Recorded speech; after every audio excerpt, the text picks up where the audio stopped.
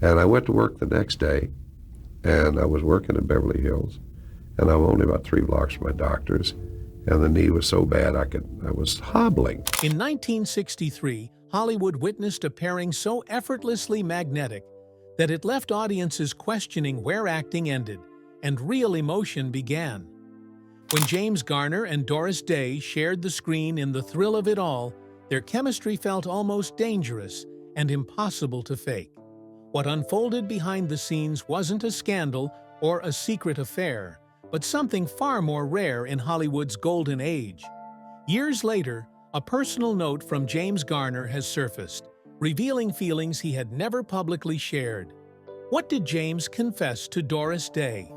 Why did it remain hidden for so long? Join us as we uncover one of Hollywood's most heartfelt, untold stories. When two icons first met. When James Garner and Doris Day were cast together in The Thrill of It All, neither of them could have predicted what would happen.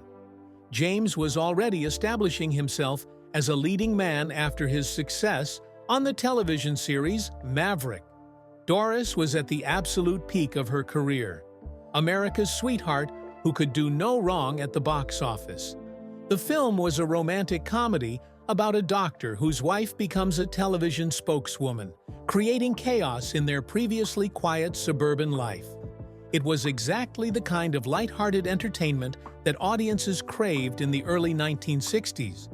And the studio knew they had something special when they saw James and Doris together on screen. From the very first rehearsal, something clicked between them. It wasn't a romantic attraction, despite what gossip columnists would later speculate. It was something deeper and more lasting, genuine mutual respect, and an easy rapport that made working together feel effortless. James described Doris as one of the most professional actresses he ever worked with. Someone who came to set prepared, hit her marks perfectly, and made everyone around her better at their jobs. Doris, for her part, found in James a co-star who didn't take himself too seriously, who could make her laugh between takes, and who treated everyone on set with kindness regardless of their position. The chemistry they created on screen was so convincing that The Thrill of It All became a significant hit. Audiences loved watching them together.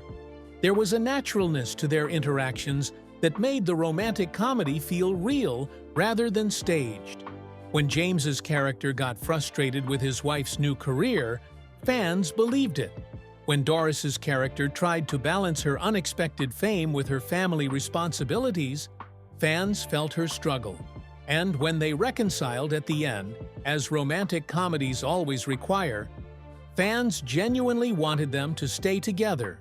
This wasn't the result of acting technique or directorial manipulation. It was two performers who genuinely enjoyed each other's company, allowing that enjoyment to translate through the camera. The success of The Thrill of It All led directly to another pairing. Later that same year, James and Doris reunited for Move Over, Darling, a romantic comedy about a woman who returns home after being declared dead in a shipwreck, only to find that her husband has just remarried. The film was actually a remake of My Favorite Wife from 1940, and it had a troubled production history involving Marilyn Monroe before Doris ultimately took over the role. But once again, the James-Doris combination proved irresistible to audiences. Their timing was impeccable, their banter felt genuine, and their ability to sell both the comedy and the romance made the film another commercial success. What was remarkable about their two 1963 collaborations was how different the dynamic felt from other screen pairings of the era. There was none of the smoldering intensity that characterized some romantic leads. There was no sense that they were barely controlling their desire for each other. Instead, there was warmth, playfulness, and a quality of genuine affection that made audiences feel like they were watching two people who actually liked each other. In retrospect, that's exactly what they were watching. The friendship had already begun during the filming of The Thrill of It All, and by the time they finished Move Over, Darling, it was firmly established. But how were their relationship dynamics like behind the scenes? Beyond the screen? After their two 1963 films together, James Garner and Doris Day never worked together again on screen. This wasn't due to any falling out or professional disagreement. Their careers simply took different paths. James went on to star in The Great Escape, The Americanization of Emily, and eventually the long-running television series The Rockford Files. Doris continued making films for a few more years before largely retiring from public life in the early 1970s to focus on animal welfare activism. Despite the physical distance and their separate professional trajectories, their friendship remained strong. In an era before email and text messaging, staying in touch required actual effort. James and Doris maintained their connection primarily through phone calls. These weren't brief check-ins or obligatory keeping-in-touch conversations. According to those close to both of them, they would talk for extended periods, catching up on their lives, sharing stories, and maintaining the easy rapport they had discovered on set 2 decades earlier. James was married to Lois Clark from 1956 until his death in 2014, a 58-year marriage that was one of Hollywood's most stable. Doris had been married 4 times, with her last marriage ending in 1981. But throughout all these personal circumstances, the friendship between James and Doris remained constant. What's particularly noteworthy about their friendship is how it defied Hollywood's usual patterns. The entertainment industry is notorious for relationships that seem intense during production, but fade away once the project ends. Co-stars who swear they'll stay in touch often drift apart once they're no longer seeing each other every day on set. But James and Doris maintained their connection for 50 years, long after they had any professional reason to do so. This wasn't about networking or maintaining industry relationships. This was genuine friendship between 2 people who valued each other as human beings rather than as useful contacts. Those who knew them both have spoken about the nature of their friendship. It was characterized by mutual support. They could talk about the difficulties of fame, the pressures of maintaining a career in entertainment, and the personal challenges everyone faces, regardless of how famous they are. James provided Doris with a connection to the Hollywood she had left behind when she retired from acting. Doris provided James with someone who understood the unique pressures of being a beloved public figure while trying to maintain some semblance of a private life. They got each other in a way that few others could. James's daughter Gigi has spoken about her father's friendship with Doris in various interviews over the years. She described how her father would light up when he talked about Doris and always spoke of her with genuine warmth and affection. This wasn't nostalgia for his leading lady days or romanticizing the past. It was an appreciation for someone who had been a true friend through decades of life's ups and downs. Gigi also noted that her father never had anything but positive things to say about Doris, which was significant because James was known for being honest about people he didn't respect. He had no patience for phoniness or pretension, but he never had to fake his affection for Doris Day because it was completely genuine. Unfortunately, things couldn't stay rosy forever, and James's health began to deteriorate. How did their friendship survive this trying period? The final conversation. As James Garner's health declined in his final years, phone calls with Doris Day became less frequent. This wasn't because the friendship had weakened, but simply because James wasn't always feeling well enough for extended conversations. He had suffered a stroke in 2008 that affected him significantly, and by 2014, he was 86 years old and dealing with various health issues. Doris herself was 90 years old and living in Carmel, California, where she had largely withdrawn from public life to focus on her animal welfare work through the Doris Day Animal Foundation. In the days before James's death on July 19, 2014, his daughter Gigi realized that her father might not have many more opportunities to talk with his old friend. She knew how much the friendship meant to him, how much he valued Doris Day, not just as a co-star from decades past, but as someone who had been a genuine presence in his life for half a century. So Gigi took it upon herself to facilitate one final phone conversation between them. She called Doris, explained the situation, and asked if she would be willing to speak with James one more time. Doris immediately agreed. According to accounts from those close to both of them, the conversation was emotional, but also filled with the warmth that had characterized their friendship from the beginning. They didn't dwell on the fact that this might be their final talk. They didn't engage in maudlin reminiscences or tearful goodbyes. Instead, they talked the way old friends do, sharing memories, laughing about old times, and simply enjoying each other's company, even if it was only through phone lines connecting Los Angeles to Carmel. The call lasted for a considerable time, and when it ended, both of them seemed at peace with having had that opportunity to connect one more time. James Garner died just days after that final conversation with Doris Day. The cause was a heart attack at his home in Los Angeles, with his family around him. When news of his death became public, tributes poured in from across the entertainment industry and from fans around the world. Garner was beloved not just for his performances, but also for his reputation as a genuinely decent person in an industry not always known for decency.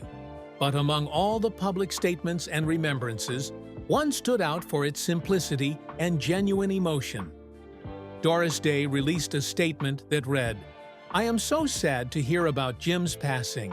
He was a wonderful man and a terrific actor. Working with him was always a pleasure. He will be greatly missed." Doris was expressing her grief at losing someone who had been part of her life for 50 years, someone who had understood her in ways that few others could, someone whose presence in the world had made it better for having been there. The intimacy of the tribute sparked questions that had long gone unanswered. Was it just friendship that was between James and Doris? The truth about their relationship. Over the years, gossip columnists and tabloid writers have repeatedly tried to turn the James-Doris friendship into something it never was. There have been insinuations about secret romances, speculation about what really happened between them, and attempts to read hidden meanings into their obvious affection for each other. These efforts have always failed because they're based on a fundamental misunderstanding of what their relationship actually represented. In Hollywood's world, where every male-female friendship is suspected of being a cover for romance, where co-stars who have chemistry on screen must surely be sleeping together off-screen, the genuine platonic friendship between James Garner and Doris Day stands as something almost revolutionary. The reality is straightforward and well documented. James Garner was deeply in love with his wife, Lois Clark. They married in 1956 after knowing each other for only 14 days, a whirlwind romance that became one of Hollywood's most enduring marriages. They had their difficulties, including a brief separation in the late 1970s, but they reconciled and remained together until James's death. James spoke often about how much Lois meant to him, how she had supported him through the ups and downs of his career, and how he couldn't imagine his life without her. This wasn't a man looking for romance outside his marriage. This was someone who had found his person and remained committed to her through nearly 6 decades. Doris Day's romantic life was more complicated. She had been married 4 times, with her marriages ending in divorce or death. Her last marriage ended in 1981, and she chose not to marry again. In later interviews, she spoke about how she was content with her own company, her animals, and her advocacy work. She didn't seem to be looking for romance, and she certainly wasn't harboring secret feelings for James Garner. The friendship they shared was valuable precisely because it wasn't romantic, because it didn't come with all the complications and expectations that romantic relationships carry. They could simply enjoy each other's company without any agenda beyond genuine affection and mutual respect. What made their friendship special was its rarity in Hollywood. The entertainment industry runs on relationships that are transactional, strategic, and often superficial. People become friends because it benefits their careers. They maintain relationships because of what those connections can do for them professionally. Genuine friendship, the kind where you value someone simply for who they are rather than what they can do for you, is surprisingly uncommon. James and Doris had that kind of friendship. They stayed in touch for 50 years, not because it helped their careers, but because they genuinely enjoyed each other and valued the connection they shared. The friendship also highlighted an important aspect of how men and women can relate to each other in professional contexts. In an industry notorious for sexual harassment and the exploitation of power dynamics, James and Doris demonstrated that it's entirely possible for a man and a woman to work together, have genuine chemistry, and develop a lasting friendship without it becoming romantic or sexual. This shouldn't be remarkable, but in Hollywood's history, it actually is. Their relationship stands as an example of what's possible when people treat each other with respect and value each other as whole human beings rather than as potential conquests or career stepping stones. How did they create a beautiful friendship in an industry where most are concerned about fortune rather than genuine connections? What their two films reveal about their dynamic.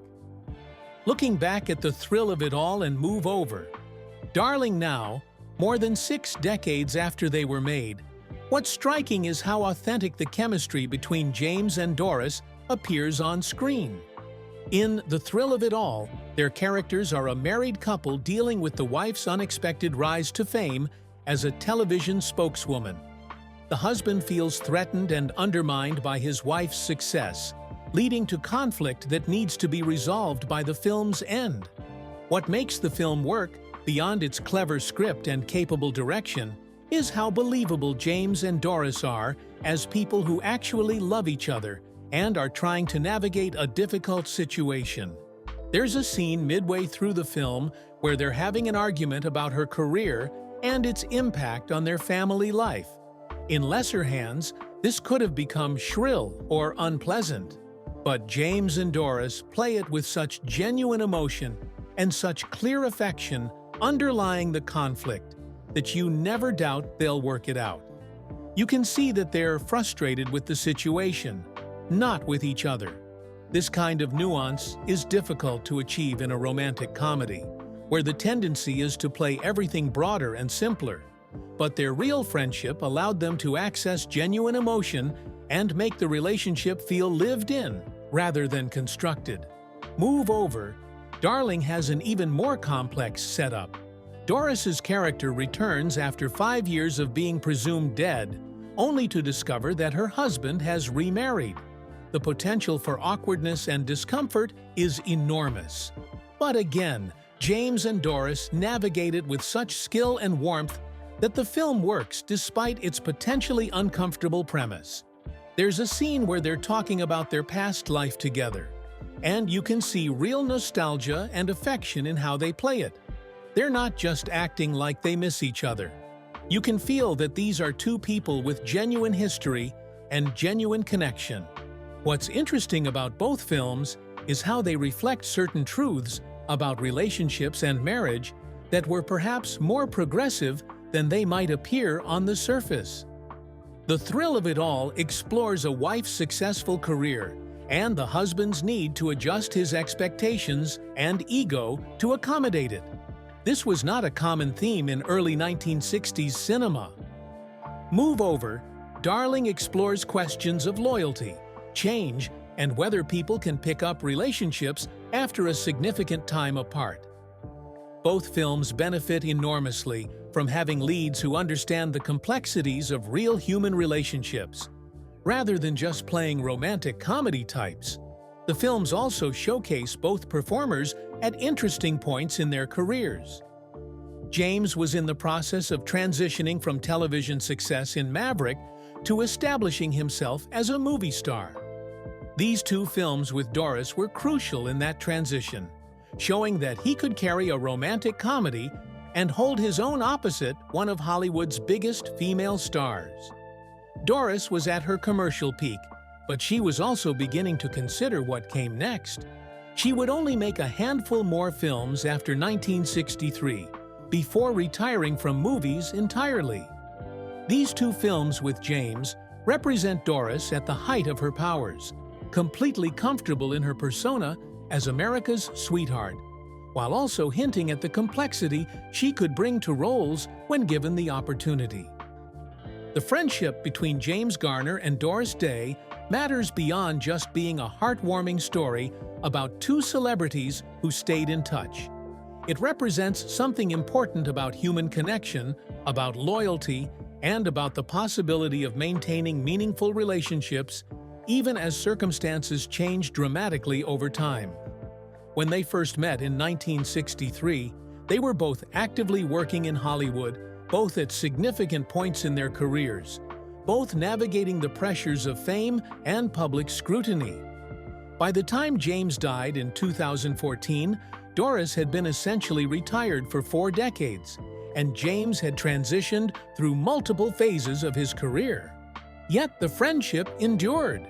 What were some of the sacrifices they had to make to prevent their friendship from waning? Share your thoughts with us in the comments section. Remember to like, share, and subscribe for more. Also, click the next video showing on your screen. You will enjoy it.